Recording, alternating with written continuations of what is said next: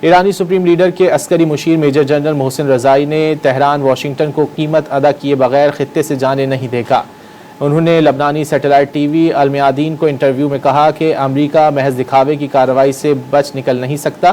انہوں نے مطالبہ کیا کہ امریکہ ایران کو پہنچنے والے نقصانات کا ازالہ کرے، ایران اپنے حقوق اور معاوضہ ضرور لے گا۔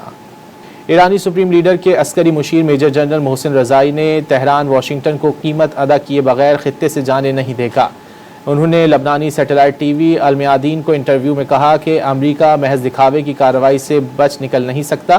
انہوں نے مطالبہ کیا کہ امریکہ ایران کو پہنچنے والے نقصانات کا ازالہ کرے، ایران اپنے حقوق اور معاوضہ ضرور لے گا۔